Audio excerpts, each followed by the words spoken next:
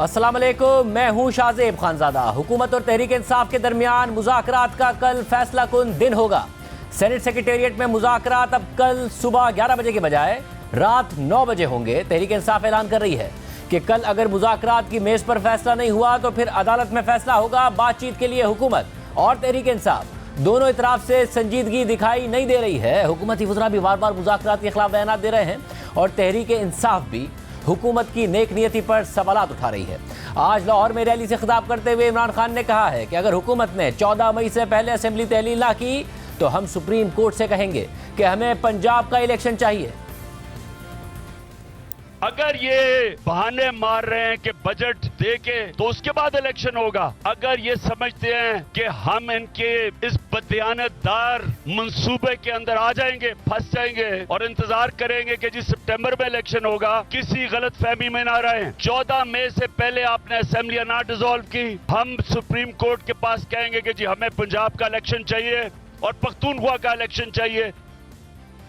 रावलपिंडी में रैली से खिताब करते हुए शाह महमूद कुरैशी ने हुकूमत से मुखातिब होकर कह दिया है कि कल मैं आपको सुनूंगा कि हमारी तजवीज़ पर आपका क्या जवाब है। अगर आप हमारी तजावीज़ पर मुत्तफिक नहीं हैं तो फिर हम चीफ जस्टिस के सामने अपना नुक्ता नज़र रखेंगे। साहब से सवाल करता हूँ, ख्वाजा आसिफ, एहसन इकबाल, जावेद लतीफ, ये क्या आपकी जमात का हिस्सा नहीं है? और अगर हिस्सा है तो वो मुज़ाकरात के रास्ते में रुकावट क्यों बन रहे हैं? कल हमारा जो प्रपोजल, मैं चाहूंगा कि उस पर हमें आप 2 टोक जवाब दें। अगर आप इत्तफाक पर नहीं आते तो मैं चीफ जस्टिस साहब की खिदमत में हाजिर होकर अदालत के अंदर ओपन कोर्ट में तहरीक इंसाफ का मतमा नजर, तहरीक इंसाफ की काविश और कोशिश कौम के सामने सुप्रीम कोर्ट में रख दूं और फिर फैसला आइन के मुताबिक होगा और आवाम करेगी। एहसन इकबाल, ख्वाजा आसिफ क्या जानबूझकर रुकावट बन रहे हैं या फिर कोई good cop bad cop policy है या फिर नवाज शरीफ की पॉलिसी है? ये हम नून लीग से पूछेंगे, क्योंकि इसके अलावा आज मरीम नवाज ने भी कहा है कि पर्चा आउट हो गया है। वहाँ प्लानिंग है कि वज़ीर आज़म के खिलाफ तौहीन का पर्चा देंगे। ये चाहते हैं इलेक्शन जल्द हो जाए वरना इलेक्शन जितवाने वाला कोई ना होगा। इस मुल्क की तरक्की में एक शख्स हाइल है, उसका नाम है इमरान खान। सियासी तो वो नहीं है, वो दहशतगर्द है। असेंबलियां तोड़ने का फैसला नाकाम हुआ, जुडिशल एस्टैब्लिशमेंट आ गई है इसको बचाने के लिए। बात ये थी कि असेंबली टूटेगी और सुप्रीम कोर्ट में सहूलतकार बैठे हैं जो आपको इलेक्शन आपके आगे रख देंगे। इमरान खान के सहूलतकारों ने उसको लाने का ये मंसूबा बनाया। पेपर आउट हो गया, ये मंसूबा तुम्हारा कामयाब नहीं होने देंगे। पहले हम नाइंसाफी करेंगे, साजिश करेंगे, कोई बोलेगा तो उसके खिलाफ कंटेम्प्ट का पर्चा दे, जितने पर्चे मर्जी देने दो, हम ये भुगत के आए हैं सारा कुछ, अब तुम्हारी बारी है। चीफ जस्टिस की सास साहिबा है, ख्वाजा तारिक रहीम साहब की वाइफ हैं, वो गाजर का हलवा बनाने की तरकीब नहीं डिस्कस कर रही थी, बता रही थी कि साजिश किस तरह होनी है और इमरान को किस तरह वापस लेकर आना है। पहले असेंबली तोड़ी और बड़ी रौनक के साथ तोड़ी, अब सुप्रीम कोर्ट जाने वाले हैं कि हमारी असेंबलियां बहाल की। क्यों किए जाए भाई? तुम, ये मुल्क तुम्हारे वालिद साहब का मुल्क है। मैं आवाम से पूछती हूँ कि अब हम आपको पता चला है कि असल सिसिलियन माफिया कौन है, असल गॉडफादर कौन है इस मुल्क के? इनको इलेक्शन की जल्दी नहीं है, इनको ये जल्दी है कि इनके होते होते इलेक्शन हो जाए, वरना हमें इलेक्शन जिताने वाला कोई नहीं होगा। जियो न्यूज़ के प्रोग्राम कैपिटल टॉक में वजीर दिफा ख्वाजा आसिफ ने कहा है कि इमरान खान से मुज़ाकरात बेसूद हैं, इलेक्शन अपने वक्त पर यानी अक्टूबर में होंगे। जबकि वफाकी वजीर जावेद लतीफ ने कहा है कि कभी दहशतगर्दों के विंग और पेट्रोल बॉम्ब फेंकने वालों से मुज़ाकरात नहीं होते। सारा रौला सितंबर का। इमरान खान चाहता है कि चीफ जस्टिस उमर अता बंदयाल की सितंबर में रिटायरमेंट से पहले इलेक्शन हो जाए और आप चाहते हैं कि उनकी रिटायरमेंट के बाद इलेक्शन हो। हम ये नहीं चाहते कि उनकी रिटायरमेंट के बाद हो, हम चाहते हैं वक्त पे हो। मुज़ाकरात जो है सियासतदान इस किस्म के जो है वो करते रहते हैं, खेल जो है वो। इस शख्स से मुज़ाकरात करना एक एक्सरसाइज इन फ्यूटिलिटी है। अदालत ने कहा कि जाओ जी मुज़ाकरात करो, पहले अपने तो मुज़ाकरात कर लें। आपस में लड़ाई लड़ रहे हैं और हमें कह रहे हैं कि सुलह कर लो। कोई क्रेडिबिलिटी है कि उनके कहने में? कोई मुज़ाकरात नहीं है। कभी दहशत गर्दों के विंग से मुज़ाकरात नहीं होते, कभी पेट्रोल बम फेंकने वालों से मुज़ाकरात नहीं होते, कभी आलमी कुव्वतों के आलाकार बनने वालों से मुज़ाकरात नहीं होते, कभी अदारों पर चढ़ाई करके उनको कमजोर करने वालों से मुज़ाकरात नहीं होते, कभी मीर जाफर सादक कहने वालों से मुज़ाकरात नहीं होते, कभी अदारों में बैठे लोगों को साथ मिलाकर पाकिस्तान के खिलाफ साजिश करने वालों से मुज़ाकरात नहीं होते। कभी अदालतों में पंचायत नहीं लगती। ये किसी की ख्वाहिश पे पंचायत अगर लगेगी तो यकीनन ये कामयाब नहीं होगी। एक तरफ हुकूमत और तहरीक इंसाफ के दरमियान मुज़ाकरात हो रहे हैं और दूसरी तरफ हुकूमत की जानिब से गिरफ्तारियों का सिलसिला भी जारी है। जुमे को इस्लामाबाद से तहरीक इंसाफ के कारकुन गिरफ्तार किए गए थे, जिस पर तहरीक इंसाफ ने एहतजाज किया था। उसी रात लाहौर में चौधरी परवेज इलाही के घर पर पुलिस ने धावा बोला तो उस पर भी तहरीक इंसाफ ने सख्त रद्द-ए-अमल दिया, लेकिन यह भी कह दिया कि मुज़ाकरात जारी रहेंगे। फवाद चौधरी ने ट्वीट में लिखा था कि मुज़ाकरात को सबूतात करने की कोशिशों को मुस्तरद करते हुए तहरीक इंसाफ ने फैसला किया है कि सुप्रीम कोर्ट के अहकामात को मद्देनजर रखते हुए आइन के दायरे में इंतखाबात के फ्रेमवर्क पर हुकूमत से मुज़ाकरात जारी रहेंगे और मंगल को हतमी एजेंडे पर बात होगी। लेकिन इस मामले पर खुद हुकूमती वज़रा सवालात उठा रहे हैं। परवेज इलाही के घर पर छापे से मुताल्लिक वफाकी वज़ीर दाखिला राना सनाउल्लाह ने कहा है कि परवेज इलाही के घर छापे का मीडिया से इल्म हुआ, जिम्मेदार वही लोग हैं जो उस वक्त वहाँ मौजूद थे, जबकि वफाकी वज़ीर एहसन इकबाल ने कहा है कि पहले इमरान खान और अब परवेज इलाही पकड़े नहीं गए। ये इंतज़ामिया पर सवालिया निशान है। इंतज़ामिया में PTI के हिमायती नाटक कर रहे हैं ताकि हमदर्दियाँ हासिल करें। ये तमाशा देख रहे हैं कि खान साहब के जमान पार्क के ऊपर भी रेड होता है और खान साहब नहीं पकड़े जाते। उनके परवेज इलाही साहब के घर पे रेड होता है, वो नहीं पकड़े जाते। आखिर ये लोग क्या हैं? ये कानून से बड़े हैं या ये तमाम फरमाइशी प्रोग्राम होता है, नूरा कुश्ती होती है कि हमें जरा लीडर बनाओ? मुझे तो कोई बईद नहीं है कि जो उनके अंदर इंतजामिया में कोई हमायती हल्के होंगे, शायद वो इस किस्म के नाटक कर रहे हैं। मुझे लगता है कि ये सब एक फरमाइशी प्रोग्राम है जिससे उनके लिए हमदर्दी पैदा करने का सामान पैदा किया जा रहा है। इस सारी सूरत हाल में, सारी दिलचस्प सूरत हाल में कल हुकूमत और तहरीक इंसाफ के दरमियान हतमी मुज़ाकरात होने हैं। साथ ही कल अदालत में भी बहुत अहम दिन है, क्योंकि कल सुप्रीम कोर्ट का 8 रुकनी bench Supreme Court Practice and Procedure Act के खिलाफ केस भी सुनेगा। हमारे साथ मौजूद हैं वफाकी वजीर एहसन इकबाल साहब। एहसन इकबाल साहब, बहुत शुक्रिया। आप पर बराह रास्त इल्ज़ाम है कि आप सबूताज करना चाहते हैं जो मुज़ाकरात हो रहे हैं उन्हें, आप, जावेद लतीफ़ साहब और ख्वाजा आसिफ साहब। अब बात ये नहीं समझ में आ रही है कि मुज़ाकरात कर रहे हैं इसहाक डार साहब, ख्वाजा साद रफ़ीक साहब, आज़म नज़ीर तारड़ साहब, वो भी नवाज शरीफ साहब के काफ़ी करीब, आप भी नवाज शरीफ साहब के काफ़ी करीब, इसहाक डार साहब तो खुद रिश्तेदार। तो ये नवाज शरीफ साहब गुड कॉप बैड कॉप खेल रहे हैं या आपकी पार्टी में वाकई इख्तलाफ है? नहीं शाहज़ेब, ऐसी बात नहीं है। देखिए, मैंने भी जो बात की वो एक असूली बात थी। वो ये थी कि इमरान खान साहब ने जो 2 असेंबलियाँ तोड़ी किसी जमहूरी जज्बे के तहत नहीं तोड़ी, एक सियासी तकरीबकारी के तहत तोड़ी हैं। अब मुझे आप ये बताइए कि उनका वो सियासी तकरीबकारी का वार अगर नाकारा हो गया है और उसके बाद अब सिंध और बलूचिस्तान के अवाम का क्या कसूर है कि वो उनकी हमाकत की कीमत अदा करें, या फॉर दैट मैटर कौमी असम्बली क्यों उनकी हमाकत की कीमत के ऊपर पहरा दे और वो भी अपना मैंडेट पूरा ना करे? देखिए, आइन की जो बुनियादी स्कीम है वो ये है कि कौमी और सूबाई असम्बलियों के इंतखाबात इकट्ठे होने चाहिए, क्योंकि पाकिस्तान की फेडरेशन जो है वो सब इकाइयों को बराबर देखती है। पंजाब में जल्दी इलेक्शन करने का मकसद ये है कि आप पंजाब की बालादस्ती कायम करना चाहते हैं। ये तो आपका मौकफ है ना, तहरीक इंसाफ का अलग मौकफ है, मगर आप मुज़ाकरात कर रहे हैं, इसका मतलब है आप अपनी पोजीशन से पीछे हटेंगे और तहरीक इंसाफ भी कहीं ना कहीं पीछे हटेगी। अब खान साहब ने भी फाइनल पोजीशन ले लिया कि 14 मई से पहले आपने नई असेंबलियां तोड़ी तो वो सुप्रीम कोर्ट पर रिलाय करेंगे। सुप्रीम कोर्ट के हवाले से आप लोगों का ये दावा है कि आप लोगों ने कॉन्स्टिट्यूशनली और लीगली अपने आप को प्रोटेक्ट कर लिया है, वोट ऑफ कॉन्फिडेंस भी ले लिया है, इसके अलावा जो 21 अरब रुपए थे उसे पार्लियामेंट ने मुस्तरद भी कर दिया है। तो मामला फिर कहीं भी नहीं जा रहा ना, एक्सट्रीम पोजीशन से आप लोगों की, और आपको लगता है सुप्रीम कोर्ट भी बैकफुट पर है? देखिए शाहज़ेब, मैं समझता हूँ कि PTI जो है वो मुज़ाकरात को सिर्फ अपने हैंडलर्स के लिए केस बनाने के लिए कर रही है। इमरान खान साहब का ये कहना कि 14 मई तक अगर हुकूमत ने असेंबलियां ना तोड़ी तो मैं ये कर दूंगा, इसका मतलब तो ये कि इट इज़ माई वे और हाई वे। अगर आप मेरी बात नहीं मानते तो मैं इस चीज़ से बाहर हूँ। इस किस्म की डिक्टेशन के साथ तो आप मुज़ाकरात नहीं कर सकते कि आप प्री कंडीशंस लगाएं। और मैंने पहले भी कहा है कि देखिए, मुज़ाकरात इस वक्त एक तरफ जहाँ तारीख पर ज़रूरी है, उससे ज्यादा जरूरी है कि अगला इलेक्शन किस तरह पाकिस्तान में। मगर ऐसे बात सब उनको पता है कि एक सुप्रीम कोर्ट का फैसला मौजूद है और अदालत ने आप लोगों के मुज़ाकरात तक उस फैसले को टाला हुआ है। तो इमरान खान साहब ये नहीं कह रहे माई वे और हाई वे, वो कह रहे हैं माई वे और सुप्रीम कोर्ट्स वे। तो आपने दोनों में से एक से डिसाइड करना है कि आपको इमरान खान साहब के साथ मुज़ाकरात के जरिए रास्ता निकालना है या जो सुप्रीम कोर्ट को कह रही है उस रास्ते पे जाना है। वो सुप्रीम कोर्ट का रास्ता भी इमरान खान का ही रास्ता है ना। It is either supreme court और इमरान खान वे और हाई वे। बात यह है कि सुप्रीम कोर्ट जो इस वक्त केस कर रही है, उस वक्त तमाम लोगों ने सुप्रीम कोर्ट को कहा था कि आप तसल्ली के साथ सबका मौक़िफ़ सुनिए। सियासी जमातों को नहीं सुना गया, बार काउंसिल्स को नहीं सुना गया, सिर्फ पीटीआई के वकील को सुनकर सुप्रीम कोर्ट ने उजलत में एक फैसला दे दिया। अब वो जो फैसला है वो इस वक्त एक हड्डी बना हुआ है सारे मामले में, क्योंकि वो गलत फैसला है। आप एक सूबे को किस तरीके से पूरे फेडरेशन के ऊपर तसल्लुत दे सकते हैं? आप किस तरह पाकिस्तान के बाकी फेडरेटिंग यूनिट्स की राय को पाकिस्तान के आइन की मंशा से निकाल सकते हैं? सुप्रीम कोर्ट ने जो फैसला दिया है, खुद उसके अक्सरियती जजों ने उसको तस्लीम नहीं किया।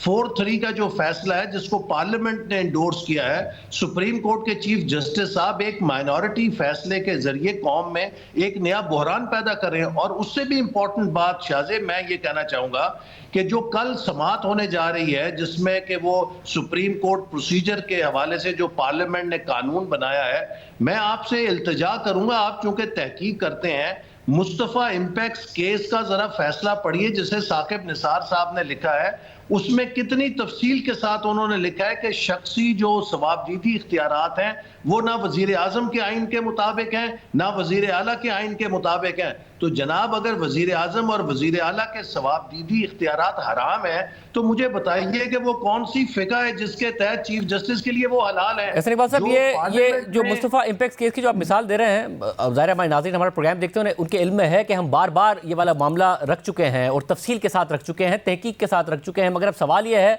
कि सुप्रीम कोर्ट नहीं मान रही है। वो नहीं मानेंगे तो आप लोगों ने नोटिफाई तो कर दिया, मगर अब उस पर अमल कैसे होगा? क्या 2 जजेस खुद बैठ जाएं, क्योंकि कमेटी 3 सीनियर जजेस की बननी है, तो जैसे काजी फायज़ी साहब और जैसे सरदार साहब जो वो खुद बैठ जाएं, इस हवाले से क्या करें? वो देखिए, इस वक्त पाकिस्तान की जो रियासत है, जो कोई भी जमहूरी रियासत है, उसके 3 सतून होते हैं।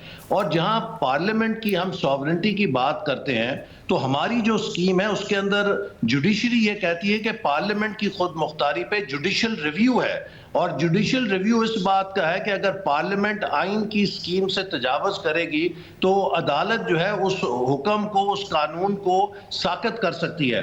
सवाल यह है कि अगर जुडिशल रिव्यू पार्लियामेंट के ऊपर है तो क्या वो जुडिशल रिव्यू चीफ जस्टिस या अदलिया को खुदा ना खास्ता शहनशाह के इख्तियारात देता है कि अगर जुडिशरी जो है ट्रांसग्रेस करे आइन के इख्तियारात के साथ, वो आइन को रीराइट करने की कोशिश करे, तो फिर उसके ऊपर पार्लियामेंट जो है वो भी यकीनन नजर रख सकती है। और ये एक बहरान है जिसकी मगर अगर कल ये फैसला दे दिया कि ये कानून नहीं है ठीक, अगर ये इस कानून को मुस्तरद कर दिया, पहले अमल दरामद तो रोका हुआ है, अगर मुस्तरद ना भी करें और लटका के रखें तब भी आप लोग क्या कर लेंगे? मैं ये जानना चाह रहा हूं कि सॉल्यूशन क्या आप लोग ये एंटिसिपेट कर रहे हैं या फिर एक्सपेक्ट कर रहे हैं कि बाकी 2 जजेस हैं, जस्टिस काजी फायज़ी साहब, जस्टिस सरदार तारिक मसूद, वो इस हवाले से कोई इनिशिएटिव ले लें, क्योंकि वहां से तो कुछ भी नहीं आया है। आप लोगों का क्या लाएअमल है? क्योंकि मामला तो लटका हुआ है ना, कानून बन गया, अमल दरामद तो नहीं हो रहा है। बेंच इस दफा भी चीफ जस्टिस नहीं बना है।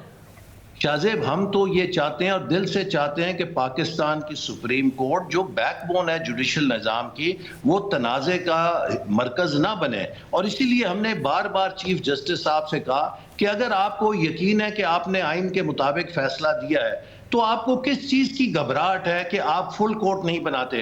क्या आपके जो ब्रदर जजेस हैं वो आइन का हलफ नहीं उठाया हुआ? क्या वो आइन की पासदारी पर आपका साथ नहीं देंगे? ये साफ इस बात का सबूत है कि चंद मखसूस जज हैं जिनको खुद ये एतमाद नहीं है कि पूरी सुप्रीम कोर्ट उनके मौक़िफ़ की तायद करेगी।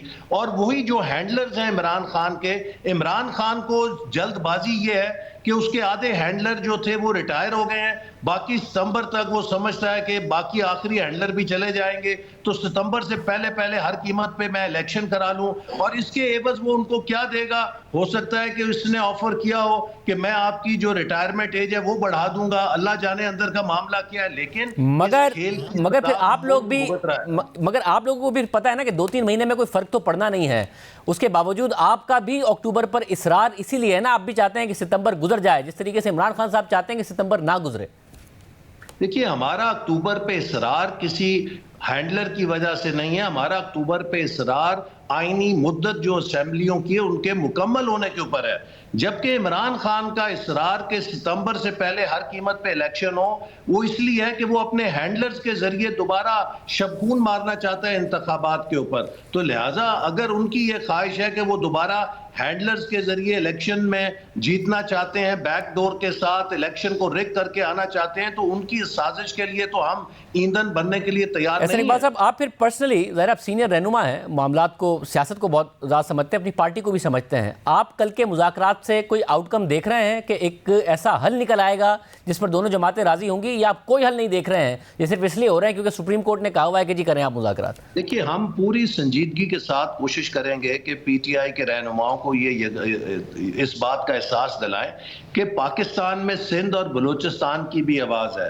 पाकिस्तान में आपकी 2 असेंबलियां तोड़ने की हमाकत की कीमत या सजा सिंध और बलूचिस्तान के अवाम या कौमी असेंबली नहीं दे सकती। आप अगर संजीदा हैं तो अक्टूबर में जब आईनी मुद्दत मुकम्मल होती है उस पर पूरे मुल्क में इकट्ठे इंतखाबात के लिए आमादा हों, लेकिन उससे ज़्यादा ज़रूरी बात यह है कि अगले इलेक्शन को कैसे गैर मुतनाज़ा किया जाए ताकि इलेक्शन के बाद कोई नया तनाज़ा ना साहब वो नहीं मानेंगे। देखिए, खान साहब ने तो 14 मई कहा है, खान साहब ने तो 14 मई कहा है, मगर उनकी जो मैक्सिमम फ्लेक्सिबिलिटी हो सकती है आप लोगों के लिए वो है कि आप अगला बजट पहले देने से जाएं, यानी कि आप कोई 15-20 दिन की ही 14 मई के मुकाबले में ऊपर नीचे आप ज़्यादा सर्वाइव कर सकते हैं, जो कि वो चाहते हैं, क्योंकि वो नहीं चाहते कि जो इमरान खान साहब आपके साथ कर गए थे, पूरा का पूरा IMF का प्रोग्राम तबाह कर गए थे, क्योंकि IMF की शराइत की खिलाफ वर्जी की, आप भी वही काम करें, एक रिलीफ और एक्सपेंशनरी बजट दें जो IMF की शराइत के मुताबिक ना हो और पाकिस्तान की इकॉनमी का सत्यानाश हो जाए। बाद में अगर इमरान खान भी हुकूमत में आए तो मीशत को ना संभाल पाएँ। जो वो आपके साथ कर गए थे उन्हें डरे आप भी वही करने जा रहे हैं।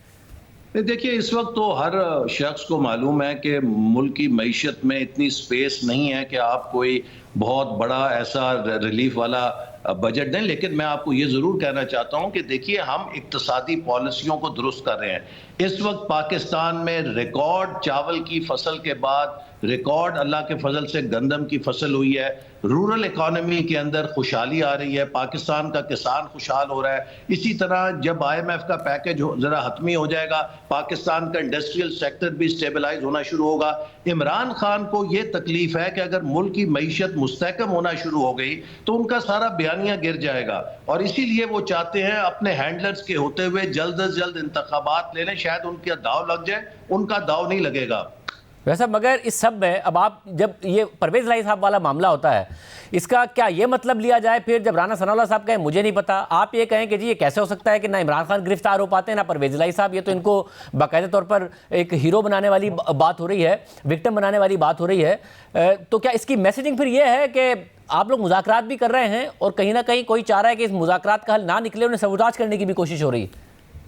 देखिए, इसको तो कोई कतईयत के साथ आप नहीं कह सकते, लेकिन यकीनन इमरान खान साहब या चौधरी परवेज़ इलाही साहब के कोई हमदर्दी रखने वाले अनासर इंतजामिया में होंगे। जो चीज़ हमें समझ नहीं आ रही वो ये है कि इन दोनों को अगर गिरफ्तार करना मतलूब है तो it is not a big deal, इनको तो 10 मिनट के अंदर पकड़ा जा सकता है, लेकिन बिला वजह इस किस्म के ऑपरेशन करना जिससे कि वो मीडिया की अटेंशन हासिल करें और वो बिला वजह हमदर्दी हासिल करें, ये फजूल ऑपरेशन हैं। और मैं समझता हूँ कि अब इमरान खान साहब जिस तरीके से अपने खुद अमाल के अंदर घिरे हुए हैं, उनकी कोशिश सिर्फ ये है कि वो उन सजाओं से बच सके जो केसेस उनका पीछा कर रहे हैं, चाहे वो फॉरेन फंडिंग था, चाहे वो तोशा खाना था। वो अब एक मॉब की ताकत के जरिए अदालती निज़ाम को मरूब कर रहे हैं, और हम देख रहे हैं कि अदालती निज़ाम पसपाई इख्तियार कर रहा है। और ये अदालती निज़ाम जो तलवारें लेकर हम पे चढ़ा हुआ था, और हमारी तो बेल एप्लीकेशन भी महीनों महीनों नहीं सुनी जाती थी, यहाँ एक एक दिन में 8-8 जमानतें दी जाती हैं। ये सवाल लोगों के जहनों में पैदा हो रहे हैं, और यही वजह है कि लोग कहते हैं कि शायद कुछ हैंडलर्स हैं जिनकी छतरी है, जिसकी छतरी के नीचे इमरान खान चाहता है कि मैं अगला इलेक्शन भी किसी तरह 2018 की तरह रीडू कर लूं। बहुत शुक्रिया एहसन इकबाल साहब की गुफ्तगू आपने सुनी। यानी मुज़ाकरात के कमरे में कुछ भी हो, मुज़ाकरात के कमरे के बाहर जो हो रहा है वो इस बात को वाज़े कर रहा है कि दोनों पार्टियां अपने अपने मौक़िफ़ पर कायम हैं। इमरान खान कह रहे हैं कि 14 मई से पहले पहले असेंबलियाँ तहलील करनी होंगी, बजट इस हुकूमत को नहीं देने देंगे, वरना सुप्रीम कोर्ट से कहेंगे कि अपने फैसले पर अमल दरामद कराए। जबकि हुकूमत ये कह रही है कि हम मुज़ाकरात में तहरीक इंसाफ को समझाएंगे कि पूरे मुल्क में एक साथ इलेक्शन हो और अक्टूबर के महीने में हो। यानी बात बनती फिलहाल दिखाई नहीं दे रही है। प्रोग्राम में आगे बढ़ते हैं। इमरान खान पर बार बार सवाल उठता है और इल्ज़ाम लगता है कि वो जो इल्ज़ाम दूसरों पर लगा रहे होते हैं खुद वही जुर्म कर रहे होते हैं। इमरान खान मुखालिफ जमातों पर पार्टी टिकट्स बेचने का इल्ज़ाम लगाते रहे हैं, लेकिन खुद तहरीक इंसाफ पर पार्टी टिकट्स की तकसीम के मामले पर एक बार फिर पैसे चलने का इल्ज़ाम लग गया है। हालिया दिनों में कुछ ऑडियो लीक सामने आई हैं जिनसे ये तासुर मिल रहा है कि पंजाब में सूबाई असेंबली के इलेक्शन के लिए पीटीआई के टिकट्स की बाकायदा खरीदो फरोख्त हुई है। हालांकि इमरान खान का दावा है कि उन्होंने ये टिकट्स बाकायदा जांच पड़ताल और इंटरव्यूज के बाद खुद जारी किए हैं। हफ्ते को साबिक चीफ जस्टिस साकिब निसार के बेटे की 2 मुबैना ऑडियो सामने आई जिसमें तहरीक इंसाफ के टिकट के लिए पैसे चलने की बात हो रही है। आज इस ऑडियो का हवाला देकर नून लीग की चीफ ऑर्गेनाइजर मरियम नवाज ने कहा कि साकिब निसार जब चीफ जस्टिस की कुर्सी पर थे तो कितनी नाइंसाफी करते होंगे। साकिब निसार का बेटा, उसकी ऑडियो हमने सुनी। उसका बेटा जो टिकट के लिए अप्लाई किया है पीटीआई के टिकट के लिए, उसको कह रहा है कि तुमने अगर 1 करोड़ 20 लाख से कम लिए तो मैं तुम्हारी टांगे तोड़ दूंगा। चोर का बेटा चोर। ना सिर्फ ये कि चोर का बेटा चोर, लेकिन कैसी चोरी की ट्रेनिंग वालिद साहब ने दी हुई है। अभी रिटायर्ड है। सोचो जब ये साकिब निसार पाकिस्तान की सबसे बड़ी इंसाफ की कुर्सी पे होगा तब ये क्या नाइंसाफी करता होगा। साकिब निसार साहब बताओ, अगर एक टिकट के तुम 1 करोड़ 20 लाख ले सकते हो तो पनामा केस में नवाज शरीफ के खिलाफ फैसला करने के तुमने क्या लिया, मुझे बताओ आज। मरियम नवाज इस ऑडियो लीक का जिक्र कर रही हैं। उसमें साबिक चीफ जस्टिस साकिब निसार के बेटे नजम साकिब पीटीआई के टिकट होल्डर अबू जर से ये गुफ्तगू कर रहे हैं कि उनके वालिद यानी साकिब निसार ने उन्हें टिकट दिलवाने के लिए बहुत मेहनत की है, लिहाजा वो साकिब निसार से मुलाकात के लिए आ जाए। जी सर, अस्सलाम वालेकुम सर। जी सर, हाँ जी, ये आपके एफर्ट सारे रंग में आए हैं सर। मुझे इन्फॉर्मेशन आ गई हुई है। अच्छा सर, हाँ जी, तो अब बताएं अब क्या करना, क्या अब? अभी टिकट तो छपवा रहे हैं, पहले ये छाप देना, ये इसमें लेट ना करें, टाइम बहुत थोड़ा है। बस बाबा को मिलने आ जाए शुक्रिया अदा करने के लिए। और हाँ ऑब्वियसली, क्या सी बात कर रहे हैं। वो आ जाएंगे 11 बजे तक ऑफिस, 11 बजे तक ऑफिस आ जाएंगे, उनको टिफिन डालने आ जाएंगे बस। उन्होंने बहुत मेहनत की है, बहुत मेहनत की है, बहुत ज्यादा। अच्छा नहीं, मैं सोच रही थी कि पहला अंकल को लावा या शामी टिकट जमा करा के आवा।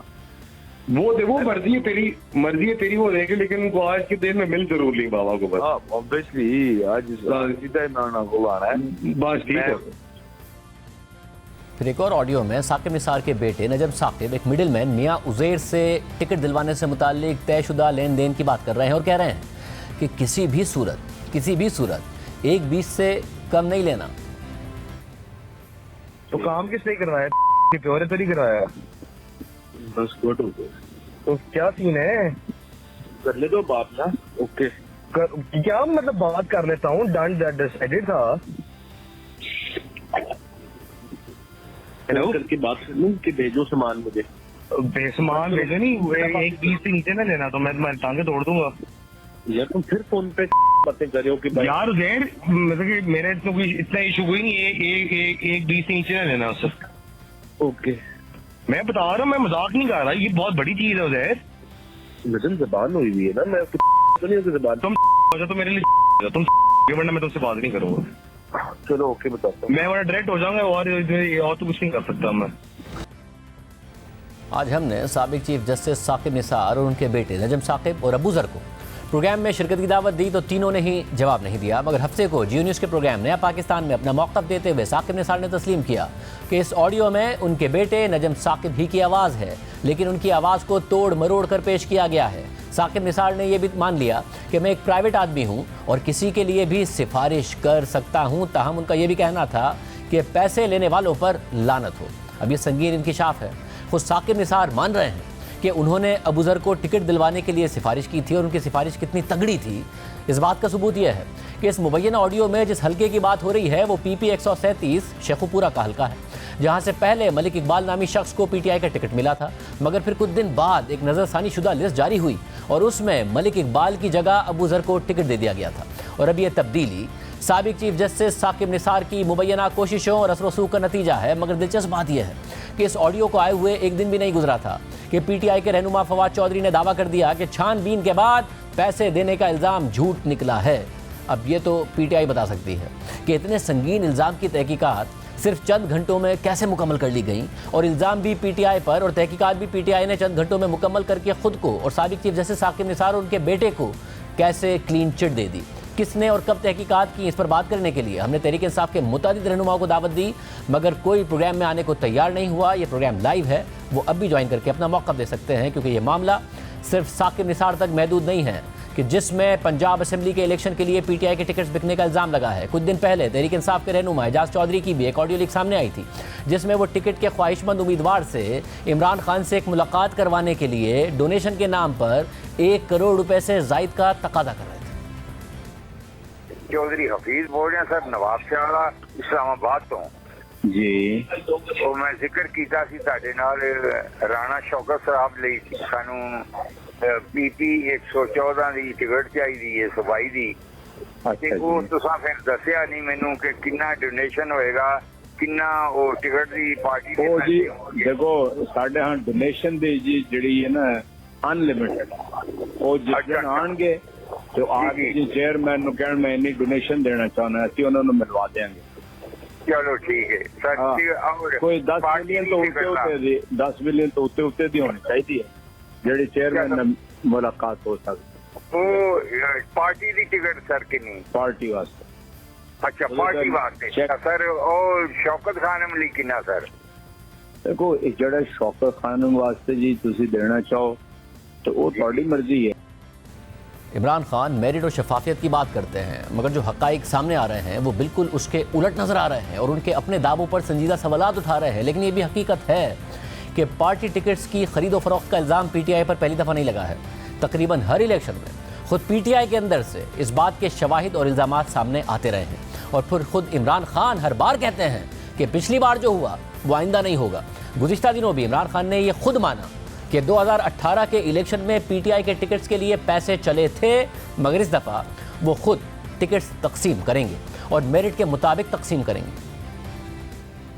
एक एक का टिकट मैंने खुद अपनी तरफ से, पहले हमारे टिकट में और लोगों के ऊपर छोड़ देता था टिकट देना, लेकिन मुझे पता है 2018 के टिकट बड़े गलत बांटे गए हैं और मुझे पता है कि उसमें बदनीयती भी थी और पैसा भी चला था कई जगह पे, इसलिए इस बार ये टिकट मैं खुद दे रहा हूँ। ना मेरा कोई फेवरेट है, ना मेरा कोई रिश्तेदार, ना मेरा कोई दोस्त। मैं अपनी पूरी कोशिश करूंगा कि जो मैं समझता हूं कि मेरिट है वो मैं उसके मुताबिक टिकट दूंगा। बहुत बड़ा एतराफ़ है कि इमरान खान खुद मान रहे हैं कि 2018 में पीटीआई के टिकट्स के लिए पैसे चले थे, मगर दिलचस्प बात यह कि 2018 में इमरान खान फ़ख्र से दावा करते थे कि मेरी सरबराही में पार्टी के पार्लिमानी बोर्ड ने मेरिट का पूरा ख्याल रखकर बेहतरीन उम्मीदवारों को टिकट्स दिए हैं। आज हमारे पार्लियामेंट्री बोर्ड ने मेरी सरबराही में ज़्यादातर जो हमारे टिकट्स थे वो हमने अनाउंस कर। ये वो लोग हैं जो हम समझते हैं कि हमारी पूरी मदद करेंगे।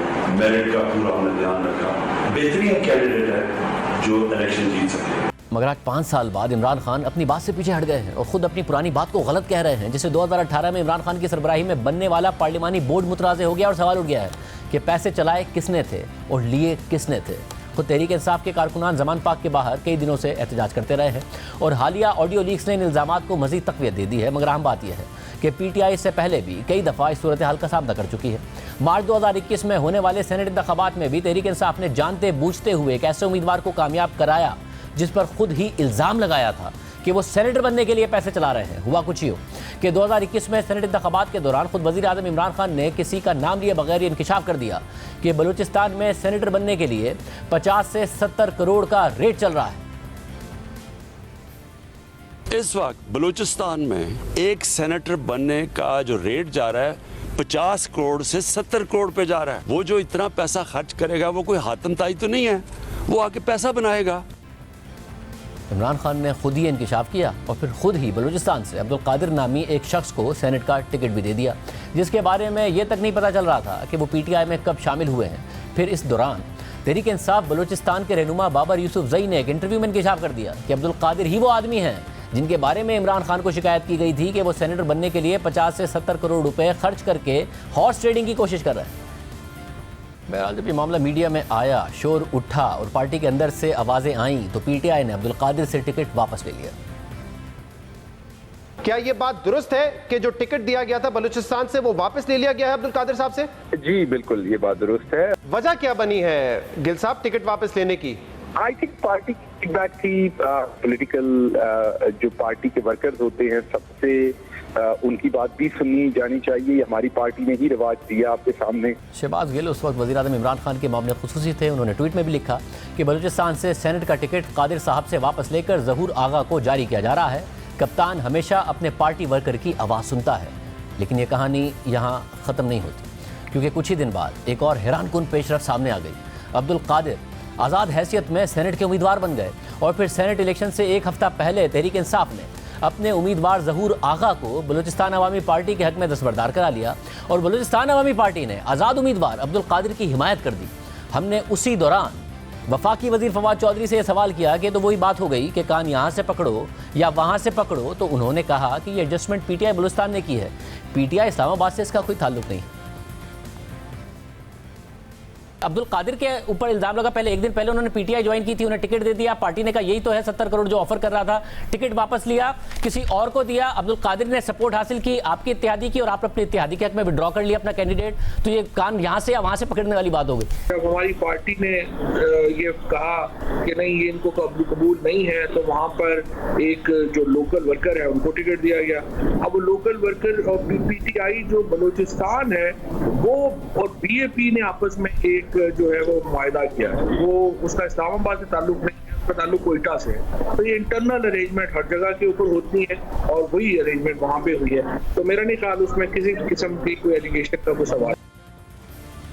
यानी PTI ने उसी अब्दुल कादिर को वोट देकर सेनेट मुंतखब करा लिया, जिनसे इस बुनियाद पर टिकट वापस ले लिया गया था कि वो सेनेटर बनने के लिए पैसे चला रहे हैं, और फिर सेनेटर बनने के कुछ दिन बाद अब्दुल कादिर को तहरीक इंसाफ में शामिल कर लिया। खुद इमरान खान ने बनी गाला में उनसे मिलकर उन्हें पार्टी में शामिल किया, जैसा कि आप स्क्रीन पर देख रहे हैं। इसी दौरान तहरीक इंसाफ ही के रहनुमा ये दावा करते रहे कि अब्दुल कादिर को पार्टी में कोई जानता ही नहीं है, उन्हें पार्टी में आने से पहले ही पार्टी का टिकट दे दिया गया। अब्दुल कादिर साहब को ज़ाती तौर पे ना मैं जानता हूँ, ना हमारे पाकिस्तान तहरीक इंसाफ का यहाँ कोई भी बंदा जानता है। 7-8 दिन पहले ये बातें चल रही थी कि बलूचिस्तान अवामी पार्टी बाप के तरफ से वो आ रहे हैं, उनको टिकट मिलेगा। ये चलते चलते पता चला कि उन्होंने टिकट नहीं दिया और साथ ही वो PTI में आ गए, बल्कि PTI में आने से पहले ही उनको टिकट दे दिया गया। अपील है खान साहब से कि ये जो सेनेट का जो टिकट इनको दिया है इस पर नज़रसानी करें। खुद फवाद चौधरी ने भी तस्दीक की कि अब्दुल कादिर सेनेट इलेक्शन से कुछ दिन पहले ही तहरीक इंसाफ में शामिल हुए थे। तो लोगों से बात हुई है BAP के लोगों से, और वो कह रहे हैं कि जहां तक हमें पता है कल तक ये हमारी जमात का हिस्सा थे, पाकिस्तान तहरीक इंसाफ करी थे। इससे पहले हमारी जितनी मीटिंग्स होती रही है उसमें ये बाप पार्टी की मीटिंग्स अटेंड करते रहे, तहरीक इंसाफ में नहीं थे ये। तो अगर शमूलियत हुई है तो आजकल में ये हुई होगी, इससे पहले नहीं हुई है। फवाद साहब दुरुस्त बात है, बाप में भी उनका करीबी था और पीपल्स पार्टी का ये PTI का और BAP का अलायंस है बलूचिस्तान में, और दोनों पार्टीज की जो मीटिंग है वो ज़ाहिर मुश्तरका होती है। यानी इमरान खान दूसरों पर सेनेट के इंतखाबात के लिए 50 से 70 करोड़ रुपए चलाने का इल्ज़ाम लगा रहे थे। असल में ये सब कुछ खुद पार्टी के अंदर हो रहा था, और बात यहाँ तक भी महदूद नहीं है, बल्कि उनकी अपनी जमात के इंट्रा पार्टी इलेक्शंस तक भी पैसे चलाने के इल्ज़ाम से महफूज नहीं रहे, और पार्टी के अंदर से आवाज़ें उठती रही हैं। और इमरान खान ने आवाज़ उठाने वालों को ही पार्टी से बाहर कर दिया और उनके साथ खड़े हो गए जिन पर पैसे चलाने का इल्ज़ाम लग रहा था। इमरान खान ने हमेशा दावा किया कि वो तहरीक इंसाफ को एक इदारा बनाएंगे और इस जमात में लीडरशिप इलेक्शन के ज़रिए मुंतखब होगी, क्योंकि ये जमात दूसरी जमातों की तरह नहीं है। और फिर इमरान खान ने 2 इंट्रा पार्टी इलेक्शंस कराए भी, और दोनों इंट्रा पार्टी इलेक्शन ही मुतनाज़ हो गए और पैसे चलने के इल्ज़ामात पर पार्टी के अंदर इख्तलाफात पैदा हो गए। गुज़िश्ता साल इमरान खान ने खुद भी तस्लीम किया कि हमने 2 बार इंट्रा पार्टी इलेक्शन कराने की कोशिश की, मगर सही मानों में इलेक्शन कराने में कामयाब नहीं हुए, क्योंकि जो मैं चाहता था ऐसा नहीं हुआ। इमरान खान के मुताबिक दूसरे इंट्रा पार्टी इलेक्शन डिजिटल तरीके से होने थे, मगर सिस्टम ने ठीक से काम नहीं किया, इसलिए रोकने पड़े। मगर हकीकत में पार्टी इलेक्शन इसलिए नहीं रोकने पड़े थे, बल्कि इलेक्शन के तरीक़ाकार से मुताल्लिक इमरान खान और उन्हीं के इलेक्शन कमिश्नर के दरमियान इख्तलाफात की वजह से रोकने पड़े थे। PTI के इन दोनों इंट्रा पार्टी इलेक्शंस का जायज़ा लेते हैं। 2013 में तहरीक इंसाफ के इंट्रा पार्टी इलेक्शन हुए और वो मुतनाज़ हो गए। इंतखाबात में पैसे चलने का इल्ज़ाम लगा, और ये इल्ज़ाम किसी और ने नहीं बल्कि खुद तहरीक इंसाफ के रहनुमाओं ने लगाया, जिसके बाद इमरान खान ने पार्टी के सीनियर रहनुमा जस्टिस वजीउद्दीन को तहकीकात की जिम्मेदारी दे दी। जस्टिस वजीउद्दीन और यूसुफ गबोल पर मुश्तमिल 2 रुकनी ट्रिब्यूनल ने इल्ज़ामात की तहकीकात की और अपनी सिफारिशात में जहांगीर तरीन, अलीम खान और परवेज़ खटक समेत 4 पार्टी रहनुमाओं पर इंट्रा पार्टी इलेक्शन पर असरअंदाज होने का इल्ज़ाम लगा दिया। जस्टिस वजीउद्दीन ने बारहा जहांगीर तरीन समेत दीगर रहनुमाओं पर पार्टी इंतखाबात में धांधली का इल्ज़ाम लगाया। ये वो लोग हैं जिन्होंने पिछले इलेक्शन में धांधली की, जिन्होंने ड्यू प्रोसेस को रोका, जिन्होंने खुद ट्राइब्यूनल को भी काम नहीं करने दिया, वो कौन लोग हैं? परवेज खटक साहब जो आजकल जेपी के चीफ मिनिस्टर बने हुए हैं, वो कौन लोग हैं? जहांगीर तरीन साहब जो इस वक्त पार्टी को प्रैक्टिकली रन कर रहे हैं, नादिर लगारी साहब जो यहाँ के सिंध की पीटीआई के सदर रह चुके हैं, और अलीम खान साहब जो लाहौर पीटीआई के सदर रह चुके हैं। जून 2015 में ट्रिब्यूनल के दूसरे रुकन यूसुफ गबूल ने हमारे प्रोग्राम में दावा किया कि इंट्रा पार्टी इंतखाबात में पैसे चलने के सबूत मौजूद हैं। हमारे पास डॉक्यूमेंट्री प्रूफ आया कि मनी वाज एक्सचेंज जो सेक्रेटरी जनरल की इलेक्शन हुई है और उसके अंदर वो एक बंदे ने आके गवाह दिया, डॉक्यूमेंट्री प्रूफ दिखाया, पैसे उसने कहा कि मैंने ब्रोकर की थी डील बलोच लीडर्स की, जो आरिफ अलवी और सैफुल्लाह न्याजी ने पहले उनके साथ गठजोड़ कर लिया था, तो I outbidded them. I had a blank cheque from Jahangir Tareen to outbid them, और ये Pervez Khattak should win the general secretary's position. तो जब आप आपकी अपनी पार्टी में अगर पैसे चल रहे हैं, आपकी अपनी पार्टी में अगर पैसों के साथ वोट खरीदे जा रहे हैं, तो हमने इस पार्टी को इसलिए नहीं ज्वाइन किया था कि लोग पैसे आके दें और ऊपर से क्रीम उठा के ले जाए। जो बात तहरीक इंसाफ के रहनुमाओं जैसे वजी और यूसुफ गबूल ने कही कि पार्टी में पैसा चल रहा है, वही बात 2016 में पार्टी के सीनियर रहनुमा शाह महमूद कुरैशी ने भी कही। आज एक अरबपति तबका है जो समझता है कि मैं अपनी दौलत के बलबूते पॉलिसी मरतब करूंगा, पॉलिसी तब्दील करवाऊंगा, एसआरओ बनवाऊंगा, एसआरओ तब्दील करवाऊंगा, और वो अफराद को नजरियात पर अहमियत देता है, उसके पर्सनल एजेंडाज हैं। इमरान खान ने तहरीक इंसाफ पर्सनल एजेंडाज के लिए नहीं, एक नेशनल एजेंडा के लिए मुरतब की, खड़ी की। जो सियासी तिफल मकतब हैं वो हमें रोशनी दिखाने आए हैं। वाह वाह तेरी अदावा, वाह तेरी अदावा। अब ये सारा मामला इमरान खान के सामने था, मगर इसके बाद जो हुआ वो तवक्कात के बरखिलाफ था। 2 रुकनी तहकीकाती ट्रिब्यूनल ने सिफारिशात में जिन लोगों पर इल्ज़ामात लगाए थे उनके खिलाफ तो कोई एक्शन नहीं हुआ, मगर ट्रिब्यूनल के दोनों अराकीन यानी जस्टिस वजीहुद्दीन और यूसुफ गबूल की पार्टी रुकनीत मुअत्तल कर दी गई, और फिर इमरान खान ने इलेक्शन ट्रिब्यूनल ही ख़त्म कर दिया और जस्टिस वजीहुद्दीन से ओहदा छोड़ने का कह दिया। अगस्त 2015 में उनकी पार्टी रुकनीत ही मुअत्तल कर दी गई, जिसके बाद सितंबर 2016 में जस्टिस वजीहुद्दीन ने पार्टी की रुकनीत से इस्तीफ़ा दे दिया। अब आम बात यह है कि जस्टिस वजीहुद्दीन तहरीक इंसाफ के अहम रहनुमा रहे हैं। खुद इमरान खान ने उन्हें 2013 में सदारती उम्मीदवार नामजद किया था और उनकी तारीफें भी की थी। जस्टिस वजीहुद्दीन साहब प्रेसिडेंट का इलेक्शन तहरीक इंसाफ की तरफ से लड़ेंगे। हमारे जो कैंडिडेट है जस्टिस वजीहुद्दीन, वो सबसे ज़्यादा मुस्तहिक है इस रोल के, जिनके कैरेक्टर के ऊपर, जिनके माजी के ऊपर कोई उंगली नहीं उठा सकता, जिनका एक मिसाली किरदार है, जिन्होंने वो जज थे जिन्होंने जब जनरल मुशर्रफ का पीसीओ आया तो उन्होंने रिज़ाइन किया। ये एक असूली आदमी है और ये वो प्रेसिडेंट बन सकते हैं जिसकी पाकिस्तान को ज़रूरत है। इमरान खान जस्टिस वजीहुद्दीन के किरदार की गवाही दे रहे थे, कह रहे थे कि उनके किरदार पर कोई उंगली नहीं उठा सकता, मगर जब इन्हीं जस्टिस वजीहुद्दीन ने इंट्रा पार्टी इलेक्शन में कुछ अहम रहनुमाओं पर उंगली उठाई जो कि उस वक्त इमरान खान के करीब थे, तो इमरान खान ने उन्हें पार्टी से निकाल दिया। पहले इंट्रा पार्टी इलेक्शन के तनाज़े के बाद जस्टिस वजीहुद्दीन तो पार्टी का हिस्सा नहीं रहे, मगर इसके बाद जो इंट्रा पार्टी इलेक्शन होने थे वो भी मुतनाज़ हो गए। तहरीक इंसाफ ने इंट्रा पार्टी इलेक्शन करवाने के लिए 24 मार्च 2015 को तस्नीम नूरानी को इलेक्शन कमिश्नर बनाया, मगर 1 साल के बाद मार्च 2016 में तस्नीम नूरानी ने भी ओहदे से इस्तीफ़ा दे दिया, और वजह भी इंट्रा पार्टी इलेक्शन बताई, क्योंकि तस्नीम नूरानी के इमरान खान से इंट्रा पार्टी इलेक्शन के तरीक़ाकार पर इख्तलाफात हो गए थे, जिसके बाद इमरान खान ने तस्नीम नूरानी पर इल्ज़ाम लगा दिया कि तस्नीम नूरानी ने उनके इख्तियारात यानी तहरीक इंसाफ के चेयरमैन के इख्तियारात भी खुद ले लिए थे। पार्टी का ख्याल था कि तस्नीम नूरानी का काम, जो इलेक्शन कमीशन का काम होता है, सिर्फ इलेक्शन करवाना।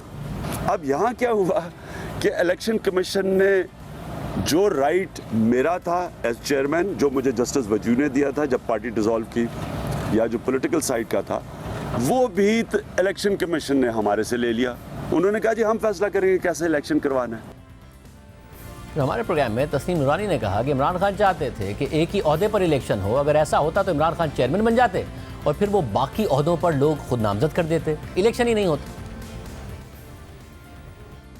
ऑल ऑफ ए सडन कोई 3-4 हफ्ते पहले जो उनके इर्द गिर्द हजरात थे उन्होंने मेरा ख्याल है यानी ये कन्विंस कर लिया कि जी सिर्फ एक जो है बंदे की इलेक्शन होगी। अब मेरे साथ 4-5 बड़े मुअज़्ज़ज़ मेंबर्स हैं इलेक्शन कमीशन के। हमें उसमें मसला ये था कि जो सेंटर पे इलेक्शन है उसमें चेयरमैन तो जो है वो तो इन एनी केस इलेक्टेड हैं, क्योंकि फाउंडर चेयरमैन हैं, उनके तो 99% चांसेस हैं कि वो इलेक्टेड होंगे। वो तो इसका मतलब है कि सेंटर में वो बाकी नॉमिनेट करेंगे तो फिर सेंटर में तो इलेक्शन होगा नहीं। तो हमने उनसे गुजारिश की कि ये मुनासिब नहीं लगता, आप नीचे वालों का भी एक और वोट करा लें। बहरहाल उस पर उन्होंने स्टैंड ले लिया और हमारी आखिरी मीटिंग जुमेरात को हुई थी और उससे हमें तो यही पैगाम मिला कि भाई टेक इट और लीव इट। दूसरे इंट्रा पार्टी इलेक्शन थे जो मुतनाज़ हो गए थे और फिर इसके पीछे भी पैसे वालों का रसूख निकला, क्योंकि गुज़िश्ता साल इमरान खान से मुलाकात के बाद तहरीक इंसाफ के रहनुमा हामिद खान ने भी तस्लीम नूरानी के मौक़िफ़ की तस्दीक की और हमारे प्रोग्राम में कहा कि इमरान खान ने जहांगीर तरीन और अलीम खान की बात मानकर इंतखाबात नहीं होने दिए। मैं तस्लीम नूरानी के साथ मुकम्मल तौर पर एग्री करता हूँ।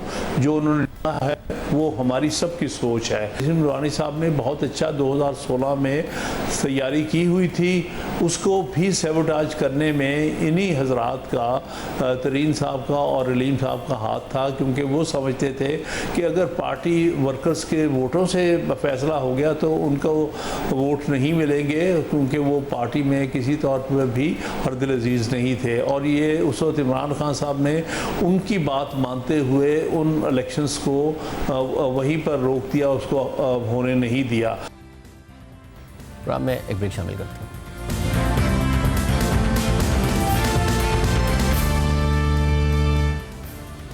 सुप्रीम कोर्ट में कई माह से 2 जजेस की तैनाती नहीं की गई है और अब 2 जजेस की खाली नशिस्तें पुर करने के लिए जस्टिस काजी फाइज़ ईसा ने जुडिशल कमीशन ऑफ पाकिस्तान को खत लिख दिया है। आज असनाद मिली की खबर के मुताबिक जस्टिस काजी फाइज़ ईसा ने अपने खत में उन खाली नशिस्तों के लिए पेशावर हाई कोर्ट के चीफ जस्टिस मुसर्रत हिलाली और सिंध हाई कोर्ट के चीफ जस्टिस अहमद अली शेख का नाम तजवीज़ किया है। सुप्रीम कोर्ट चीफ जस्टिस के अलावा 16 जजेस पर मुश्तमिल होती है, यानी टोटल 17 जजेस होते हैं जो चारों सूबों और इस्लामाबाद की नुमाइंदगी करते हैं। लेकिन गुज़िश्ता कुछ महीनों से सुप्रीम कोर्ट के जजेस की तैनाती के मसले पर सुप्रीम कोर्ट के जजेस के दरमियान नजरियाती तफरीक और तनाज़ा नजर आया है, जिसकी वजह से ये 2 नशिस्तें कई माह से खाली हैं। जैसे काजी फाइज़ ईसा इस हवाले से गुज़िश्ता साल खत लिख चुके हैं, जिसमें उन्होंने मौक़िफ़ अपनाया था कि जुडिशल कमीशन ऑफ पाकिस्तान के रूल्स 2010 के रूल नंबर 3 के मुताबिक नामजदगियाँ बज़रिया चीफ जस्टिस की जा सकती हैं, नामजदगियाँ बज़रिया चीफ जस्टिस की जा सकती हैं, लेकिन ऐसा नहीं है कि सिर्फ चीफ जस्टिस अकेले ही इसके लिए किसी जज को नामजद कर सकते हैं। इसके साथ ही उन्होंने इस बात की भी निशानदेही की कि कमीशन इसलिए बनाया गया था कि चीफ जस्टिस की ताकत को मजीद मुस्तहकम करने के बजाय उसको तकसीम करते हुए सुप्रीम कोर्ट में जजेस की तैनाती को एक शफाफ और जामे अमल बनाया जाए। सुप्रीम कोर्ट में जजेस की तैनाती पर गुज़िश्ता साल से तनाज़ा चल रहा है, जहां जस्टिस काजी फाइज़ ईसा और उनकी राय से इत्तफाक करने वाले जजेस का मानना है कि सुप्रीम कोर्ट में जजेस की तैनाती सीनियरिटी के प्रिंसिपल पर होनी चाहिए ताकि मनपसंद जजेस की तैनाती ना की जा सके, जबकि चीफ जस्टिस उमर अता बंदियाल के हामी जजेस का मानना है कि जजेस की तकर्री के लिए सिर्फ सीनियर होना ज़रूरी नहीं है। ये 2 मुतज़ाद आरा गुज़िश्ता साल उस वक्त भी सामने आई थी जब जुलाई में सुप्रीम कोर्ट में 4 जजेस की तैनाती के लिए जुडिशल कमीशन का इजलास बुलाया गया, जिसमें चीफ जस्टिस ने लाहौर हाई कोर्ट के 1 और सिंध हाई कोर्ट के 2 जूनियर जजेस के नाम तजवीज़ किए थे। लेकिन जूनियर होने की वजह से जुडिशल कमीशन में नामों पर इत्तफाक नहीं हो सका था और उनकी मुखालफत करने वालों में जस्टिस काजी फाइज़ ईसा सरफहरिस्त थे। इस दौरान जजेस के दरमियान तनाज़ा खुलकर सामने आया और 3 महीनों तक जुडिशल कमीशन का इजलास नहीं हो सका। लेकिन फिर जब अक्टूबर में दोबारा इजलास हुआ तो चीफ जस्टिस उमर अता बंदियाल ने इस्लामाबाद हाई कोर्ट के उस वक्त के चीफ जस्टिस अतर मिन अल्लाह के अलावा बाकी उन्हीं 3 जजेस के नामों की तजवीज़ दे दी जो जुलाई में मुस्तरद हो गए थे। इस इजलास में जस्टिस अतर मिन अल्लाह के नाम पर तो दोनों तरफ से इत्तफाक किया गया, लेकिन लाहौर हाई कोर्ट और सिंध हाई कोर्ट के 2 जूनियर जजेस के नाम हुकूमती हिमायत की वजह से मंजूर हो गए। इस दौरान पेशावर हाई कोर्ट और वहाँ की वकला बिरादरी की जानिब से अदम नुमाइंदगी की शिकायत पर शदीद एहतजाज भी किया गया, जबकि सिंध हाई कोर्ट में सीनियर जजेस को नज़रअंदाज करते हुए जूनियर जजेस का नाम तजवीज़ करने पर भी एहतजाज किया गया। इस दौरान जस्टिस काजी फाइज़ ईसा, जस्टिस मंसूर अली शाह और जस्टिस सरदार तारिक मसूद मुसलसल सीनियरिटी की बुनियाद पर जजेस की तैनाती पर जोर देते रहे और बाद में वज़ीर कानून ने जूनियर जजेस की तैनाती पर हुकूमती वोट देने पर कौम से माफ़ी मांगी। मैं आज पब्लिक अपॉलॉजी ऑफर करता हूं दोबारा। मेरे ज़ाती मौक़िफ़ के बावजूद मुझे हुकूमती मौक़िफ़ के ताबे वो वोट करना पड़ा। मुझे ये वोट नहीं था करना चाहिए, मुझे असूल के साथ खड़े होना चाहिए था। मैं आज ये पब्लिक अपॉलॉजी बिल्कुल आप सब की मौजूदगी में पूरी कौम से मैं माजरत ख्वाह हूँ कि उस वक्त खड़े होने का वक्त था। बिल्कुल हुकूमत को भी खड़ा होना चाहिए था और मुझे उससे ज़्यादा खड़े होना चाहिए। इजाज़त दीजिए, अल्लाह हाफ़िज़।